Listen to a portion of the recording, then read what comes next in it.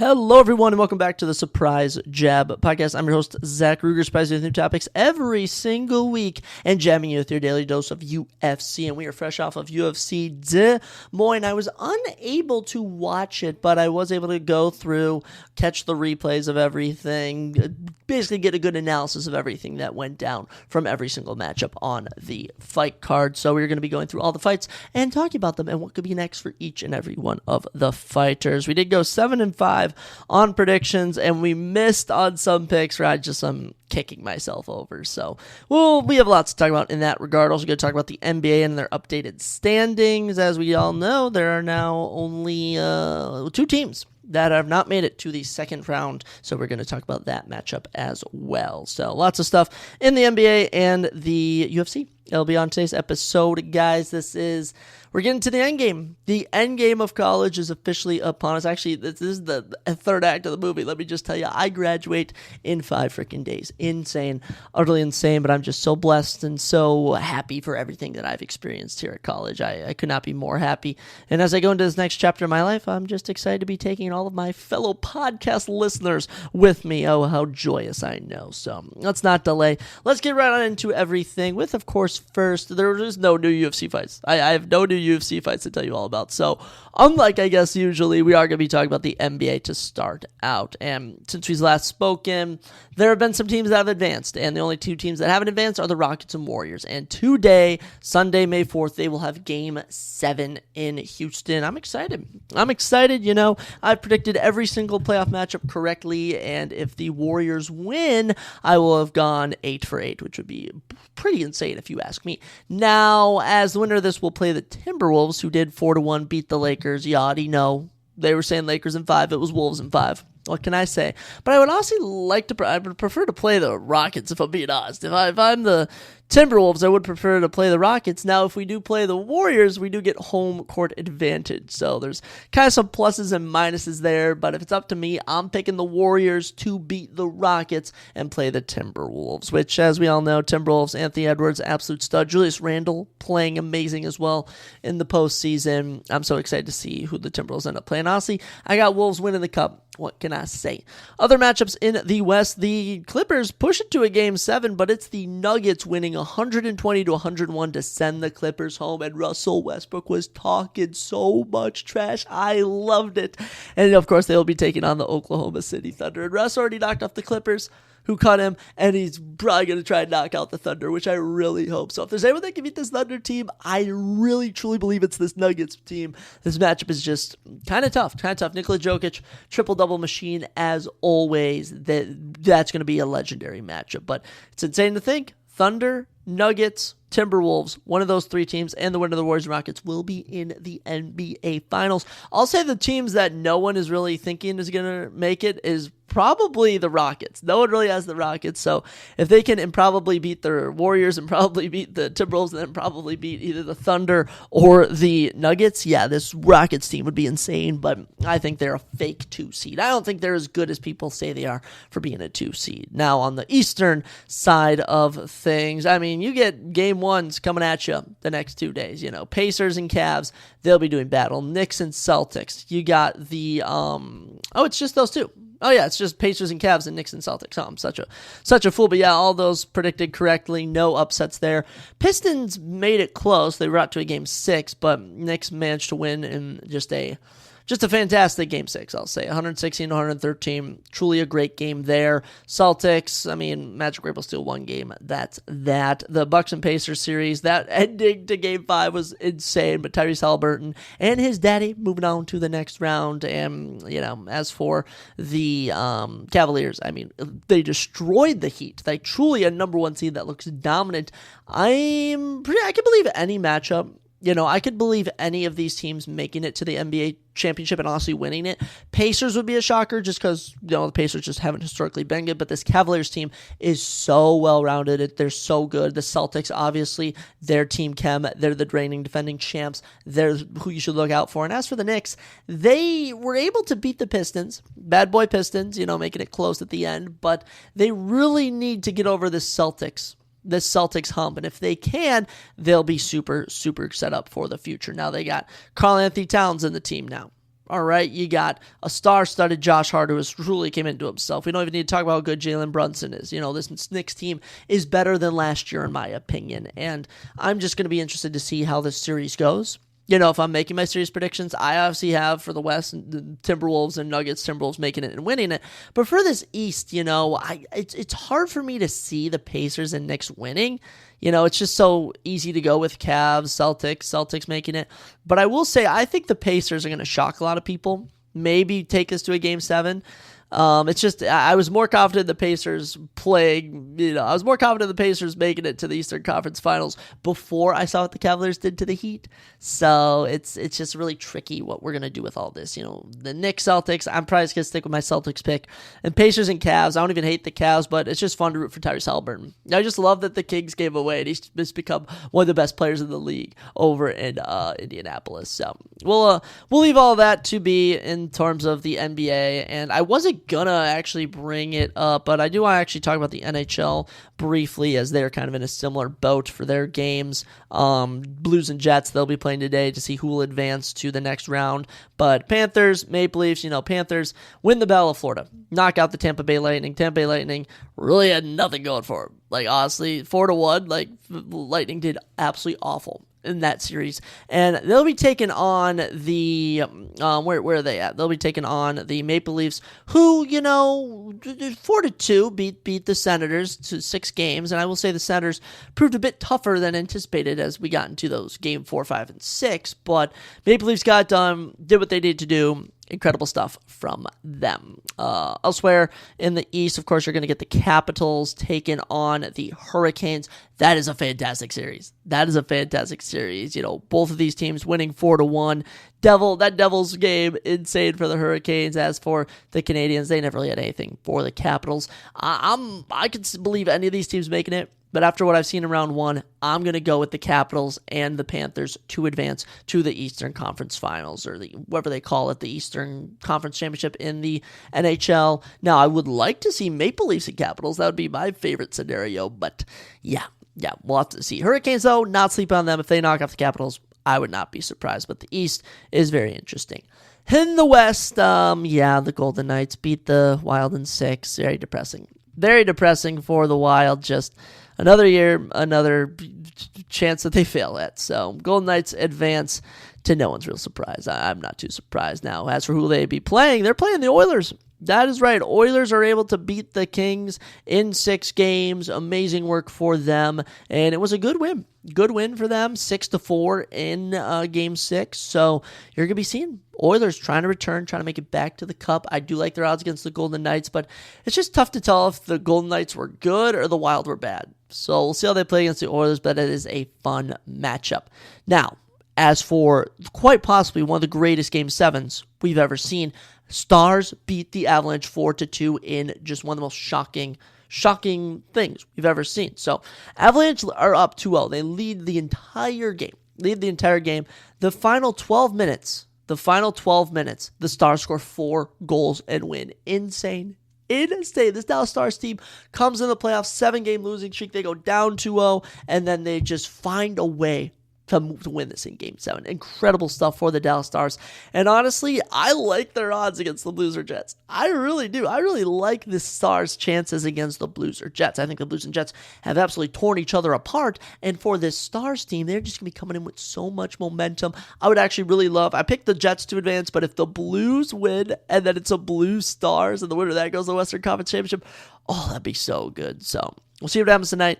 Gonna stick with the Jets, but the Blues, they're kind of making a little underdog run here in the postseason. I'll be interested to see what happens. But yeah, that's your little NBA and I guess NHL rundown. We'll do this every once a week or so. And, obviously when we could go on our little trip coming up, we're gonna have to give it like a week's break or something. But let's talk about what I've been dying to talk about this whole time, and that is UFC Des Moines. So we got things going on UFC Des Moines. Of course, little women's flyweight action. Juliana Miller back after 3 years, taking on Ivana Petrovic, and quite possibly you could cut both of these women.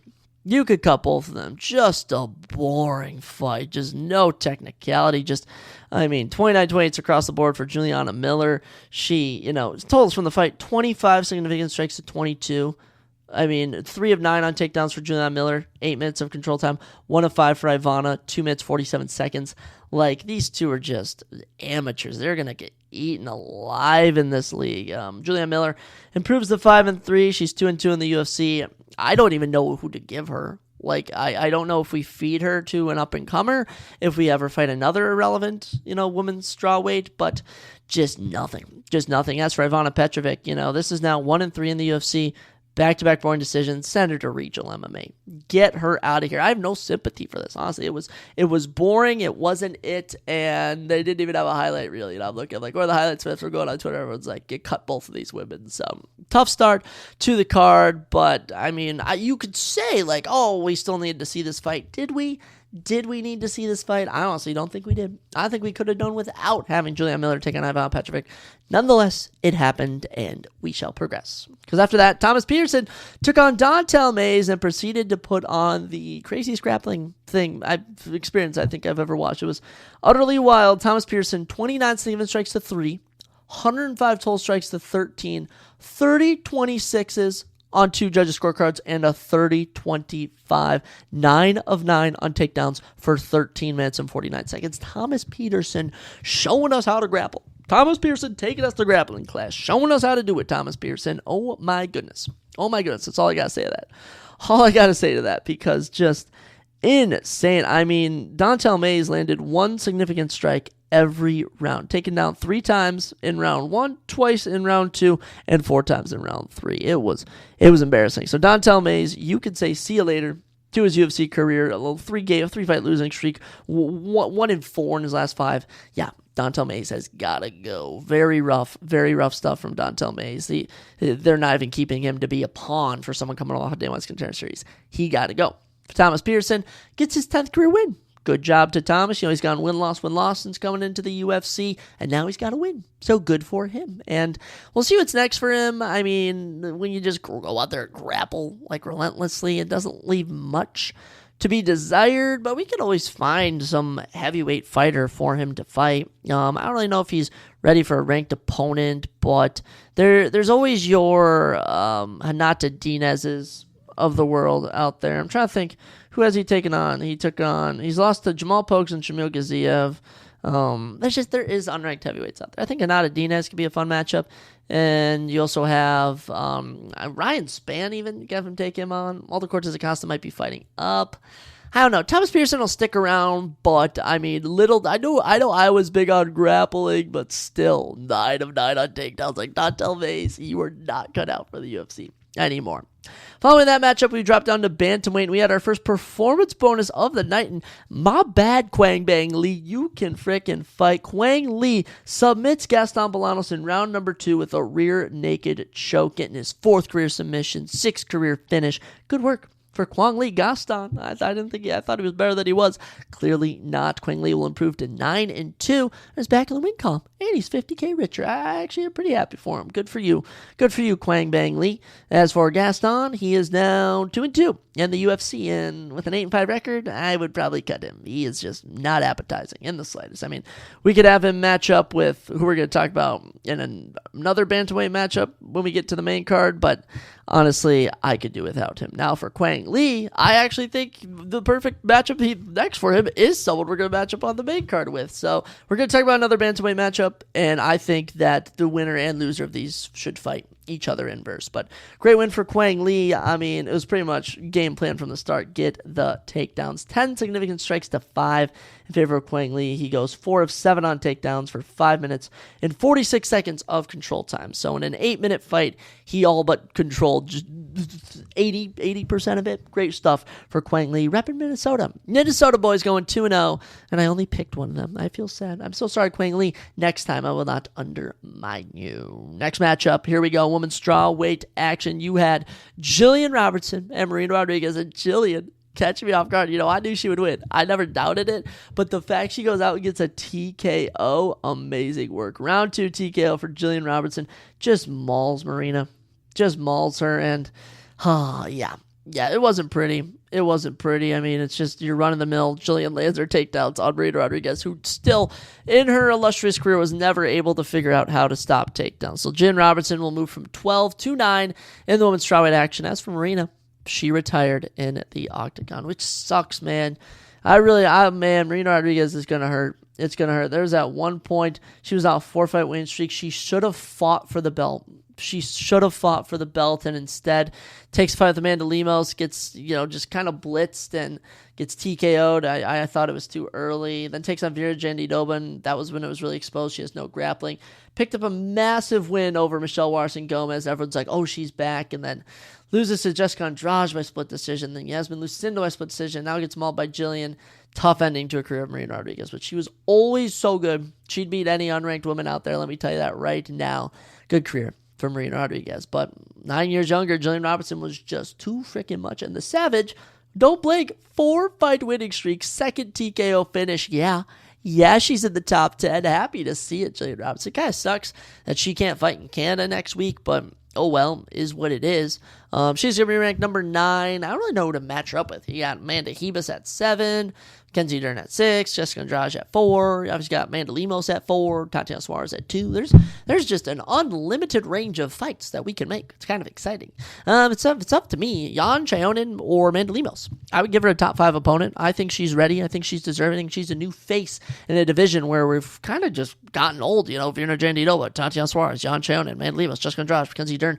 These are names we've been seeing the last 3 to 4 years. I'm ready to see a little Jillian Robertson mix up. So Marina, good UFC career, a lot of tough decisions that you had to deal with, and, just never learned the grappling. But Jillian Robertson, the night belongs to you. Excellent work. She was a minus 300 favorite for a reason. After that, I knew he was good, but he is as legit as they come. Azamat Bekov runs through Ryan Loder, and yet another example of why we probably should get away from the Ultimate Fighter or bring in actually, really good fighters for the Ultimate Fighter, because Ryan Loder is just clearly not ready for the UFC, and especially for someone of Azamat Bekov, who, 29 years old, coming from Russia, now on an 8-fight winning streak, gets his 16th career finish, 8th career knockout. This is now 16 of his 20 wins by finish, and he's 20-3. 2-0 in the UFC with 2 round 1 TKOs. Yeah, and he gets a performance bonus. Domination from start to finish for Azamat Bekov. As for Ryan Loder, this ends his 5-fight winning streak and is actually, I think, the first time he's ever been finished, oddly enough. So tough stuff for Ryan Loder. I can't even lie. I don't even know what to do with him. 8-2, he's 33. I don't know. There's maybe a middleweight out there. How about Bo Nickel? How about Ryan Loder could take on Bo Nickel? There's your next matchup for you. You're welcome. You're welcome, everyone. But Azamat Bekov, what a killer. What a killer. You could just feel the power in his punches. And 22 significant strikes at 13, landed 2 knockdowns. It was impressive.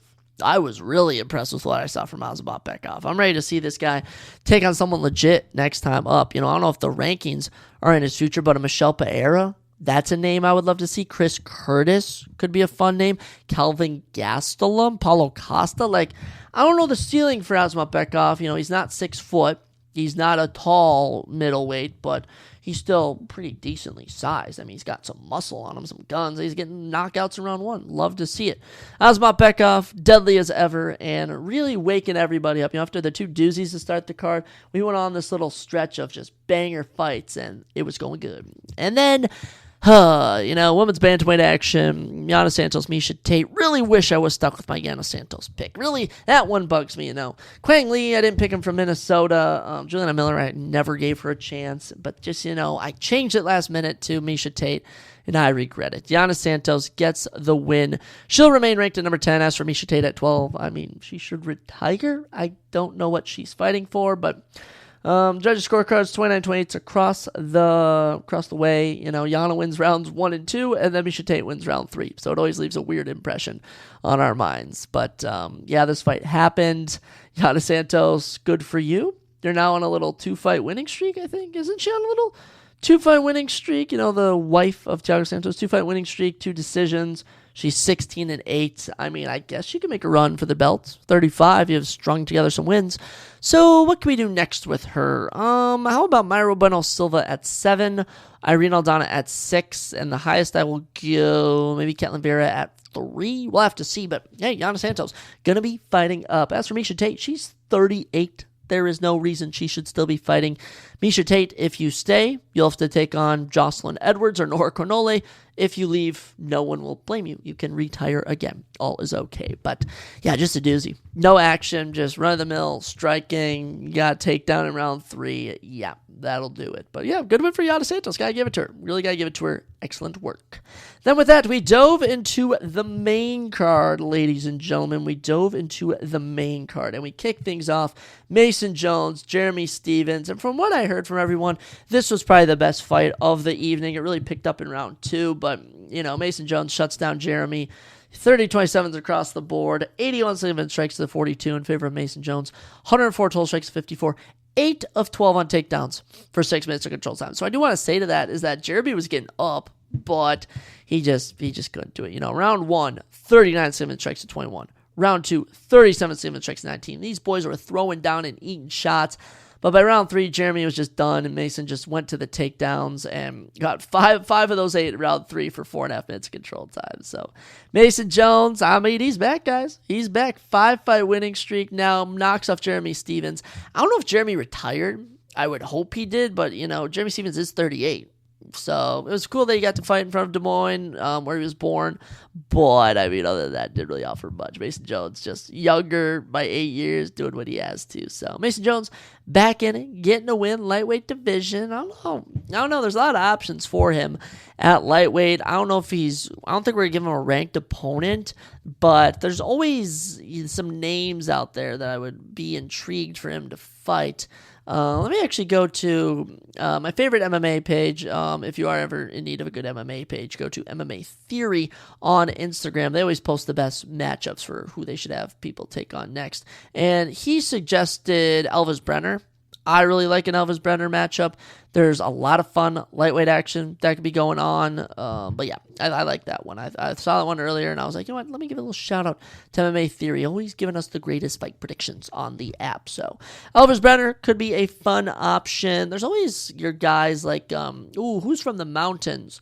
Who's from the mountains? Elvis Brenner lost to him. Oh my gosh, what's his name? It's like, Maitabek Orobai. Yes, that could be another option for Mason Jones. But hey, Mason, made it back to the UFC. Great work, Jeremy. Just go retire. You don't need to fight anymore in the UFC. You have had a great time so far. After that, bantamweight action, Sir Ace today and Cameron Smotherman. And look, these guys both will match up with Quang Lee and Gaston Bolanos. Cameron Smotherman just came in, 29-28, 29-28, and 30-27. Just couldn't really deal with the takedowns. Kind of seemed like a one-and-done fighter, if you ask me. Both men, the 58 single strikes, 55 in favor of Cameron Smotherman. 5 of 12 on takedowns for Sir Hayes today is what won him the fight. Now, if it was up to me, I honestly had Sir Hayes winnings round 1 and 2, and if we were going to give him a round, Cameron Smotherman would have won round 3, but it wasn't anything of too much excitement per chance. So this does snap Cameron's 4-fight winning streak. He's now 1-1 in the UFC. He also lost the Nameless Contender Series. I just don't think he's the babyface killer. That's his nickname, cool nickname, but it's just not much to give me. So him and Gaston Bolanos can take on each other, and the loser can leave, and the winner can stay in the UFC. Now, as for Sir Hayes today, I've known this guy's good. 2-fight winning streak now. Him and Ramon Tavares had some fun fights. He's 12-2, and I think him versus Quang Lee would be fun. Because really, both guys can strike, both guys can grapple. They don't excel in one thing over the other. And seeing career trajectory-wise where they match up after they fight, I would love to see that. So it's so easy to matchmake when people fight on the same card. Let's do that one next. And we stuck with the bantamweights. It was a bantamweight night as we had Montel Jackson and Daniel Marcos. Now, this fight wasn't exciting. I will say it was kind of a doozy. Now, don't get me wrong, the final 3 fights of the night, all picked up, but this was the last doozy. It was just so satisfying watching Montel win. Because I knew Daniel Marcos was not a good undefeated fighter, and Montel absolutely exposed him. Beat him everywhere. 37 strikes to 17, 67 total strikes to 24, 2 of 8 on takedowns. Now, Daniel does go 3 of 7 for 5 minutes and 45 seconds, but Montel was throwing up a submission attempt in the third, which probably won him that round. So Montel just exposes Daniel Marcos, gets the win, and I'm happy to see it. I love him. 6-fight winning streak now, and he will remain ranked at number 15. And I don't know if we're going to bump him up. Honestly, I'd bump him over Amin Zahabi, Marcus McGee, and Kyler Phillips. But I think it's more of a matter of who could he take on next. People are saying loser of Marlon Vera, Mario Bautista. I think that's what you should do. You can even do a little Rob Font action. Winner of Jose Aldo and Ahmed Zahabi. Montel Jackson's getting a ranked opponent next. Love to see it. For Daniel Marcos, I mean, it's tough to say. I mean, dude is 32. He just first lost his first ever fight. And out of his 18 career fights, actually 19, he's only ever had 8 finishes. So very boring. I don't know. You could have him. Who should he fight? Who's a bantamweight? Who is worthy of Daniel Marcos to fight? Honestly, I don't think it matters. But he had that cool finish of, who was it? Salmon Oliveira in his debut. I don't know. I'm trying to think of a name that comes to mind. Maybe Jonathan Martinez, Adrian Yanez, those types of guys. Those are some fights you could do. So that's what you can do for Daniel Marcos. Montel Jackson, he's getting a fun matchup coming up soon, I bet. I mean, I'm sure he'll get another fight or two in for the year. Well, after that matchup, final 3, all finishes. Love to see it. First one, Daniel Rodriguez and Santiago Ponzinibbio. And Santiago Ponzinibbio, I swear all of his fights go the same. He's either losing the first 2 and wins in round 3, or he's winning the first 2 and loses in round 3. And unfortunately, it was the latter, as Daniel Rodriguez not only wins, but knocks him out in round number 3. Wow. Just wow. Daniel Rodriguez, 9th career knockout, 13th career finish. I gotta give it to him. Good stuff. Good freaking stuff. And I mean, Santiago in round 1, I think Daniel might have won round 1, but Santiago definitely won round 2, was making scrappy, was going for takedowns, which is just not something I expected from him. And then round 3 got going, and he just got clipped, and he was wobbled, and he went down, and the ref had seen enough, and it was kind of like, yeah, that's that. So, yeah, that's all I got to say. Daniel Rodriguez, good stuff, guy. Good stuff, man. This will be 2 straight wins for him. Kind of somewhat happy. I can't really lie. I mean, these 2 are just such meme fighters. They're just old heads going at it. But Santiago Ponzinibbio, I hope he comes back. I don't know against who. MMA Theory, I'm bringing up that page because I didn't really watch this, so I couldn't get too much of a grasp. But he said Austin Vanderford, of course, Paige Van Zandt's husband. There's someone you could have him take on. There's always aging welterweight veterans too. I mean, we got Court McGee and Michael Chiesa coming up. How about the winner of that, for goodness sake? Now, for Daniel Rodriguez, it might look a bit different. Muslim Slikov was a name that is obviously brought up. There's also whoever, Kevin Holland and Randy Brown, they're fighting people coming up. Maybe whoever loses, Randy Brown doesn't have a fight booked, but whoever Randy Brown and Kevin Holland match up with, Kevin Holland and Vicente Luque, I would maybe like to see the loser of those matchups taking on Daniel Rodriguez. That's kind of how I view it, if you ask me. So, interesting stuff. It's always entertaining to see a finish. I can't lie. It really does get me going. But, yeah, good stuff for Daniel. Actually getting a knockout, which is fun to see. Then we got into the final 2 fights of the night, and son of a gun, guys, oh my gosh, I should have stuck with Rainer De Ridder, and we changed it to Bo Nickel. I wasn't even rooting for Bo when they were fighting, but yeah, Rainer De Ridder gets it done, 4th career knockout, knocks out Bo Nickel. I mean, I'll tell you, the skill level here was just so evident. Bo Nickel had all the confidence in the world and just didn't translate to the ring. It didn't. In round 1, fairly boring. Bo lands a takedown, controls it for 2 minutes. Rainer's able to hold him up against the fence. There's a total of 7 significant strikes between the 2 of them. Nothing went on. Then round 2, I mean, it's all striking. And Rainer's just attacking the body, and it's hurting Bo. And Bo's falling backwards, and then he starts doing the frantic swinging, and on one of the frantic swings, just a beautifully timed knee, down goes Bo Nickel. Rainer doesn't even need to land a follow-up punch. He walks off. He's victorious. Dude, Rainer De Ridder, as legit as they come, dude. I'm excited to see him for whoever he fights next. I mean, honestly, I'm pumped. He's number 13. I'm bumping him up to 11. Dare I say even 10. I would love to see him getting a good opponent up next. Maybe Jared Cannonier. Maybe Robert Whittaker. I saw the name Israel Adesanya. He called out Sean Strickland. I'll do any of those fights. Clearly, this guy is as good as advertised for one championship. I mean, kind of like when Jerry Proska came over, he had some feeler fights going out, but for Rainer, they were giving him some real feeler fights, and he passed the test, and he hands Bo Nickel his first loss, and he wasn't even too cocky about it. He's just such a jolly little Netherlander guy. He is fun. But Rainer De Ridder, I saw the names of Paulo Costa, but he's at 12. Roman Leeds is at 8. Jared Cannonier's at 7. The 2 names I really believe would be interesting, Adesanya and Sean Strickland. And I think those are both fights both those guys would take, because no one wants to see Adesanya versus Sean Strickland again. No one wants to see that. I want to see Rainer De Ritter take on either one of those two. But more so Sean Strickland, if you ask me, because I want to see him finish Sean Strickland. He's an absolute dog. Rainer De Ritter, love watching you. Now, as for Bo, I mean, what do you do with Bo Nickel here? What do you do? I mean, who do you match him up with? Who do you match him up with, if you ask me? It's really tricky. It's really tricky. Clearly, Rainer De Ritter's the ceiling, but Paul Craig is the floor right now. So who's someone in between that we can give Bo Nickel? I don't know if he's ready for another ranked opponent. You know, maybe a grappler to a sense. I don't know. I'm really perplexed. Andre Muniz just lost to Ikram Alcaceres last weekend. Maybe Andre Muniz for Bo Nickel.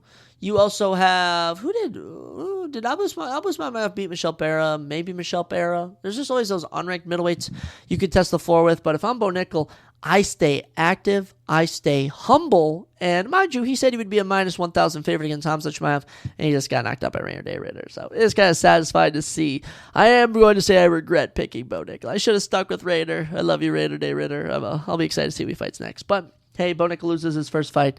It is what it is. And probably this is for the best. Now he knows what it's like to lose. He's completely humbled. I feel like the kid's kind of had an attitude for a while. And I mean, it's hard not to when you're one of the best collegiate wrestlers of all time.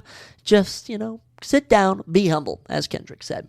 With that, we got to the main event, ladies and gentlemen. And if you're expecting a war, you'd have been lied to. You would have been very disappointed as Corey Sandhagen just runs through Davison Figueiredo. I mean, I picked Corey, but still to an extent just brutal, just utterly brutal. I mean, 54 submission strikes to 6, 92 total strikes to 8. Both men land 2 takedowns, but it's 5 minutes control time for Corey, 31 seconds for Davison. I mean, just domination.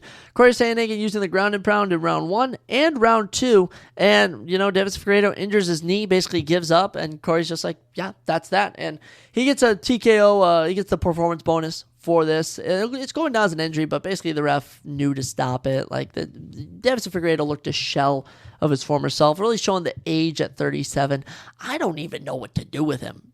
I truly don't. I mean, you got the winner of Mauro Bautista and Marlon Vera. You got Song Yadong. Song Yadong could be a fun fight. You got maybe Jose Aldo if he beats Amin Zahabi. I think you could just run that legend fight there. But Davison Figueiredo really needs to establish what he's still fighting for. I think if he went back to flyweight, he'd be an absolute killer. But at bantamweight, people are just bigger than him. And, when Corey, using his height, is able to get on top and just using his ground and pound with those long, lanky arms, it really worked out. And Corey's going to be remaining ranked at number 4 just because he's lost to number 3 and number 2. But as for what's next, I mean, it's Sean O'Malley. It's Sean O'Malley. And whether Sean O'Malley loses to Merab or whether he beats Merab, it's Sean O'Malley. And I know people are going to say, like, oh, if Sean O'Malley loses to Merab, then we should do Merab versus Corey Sandhagen.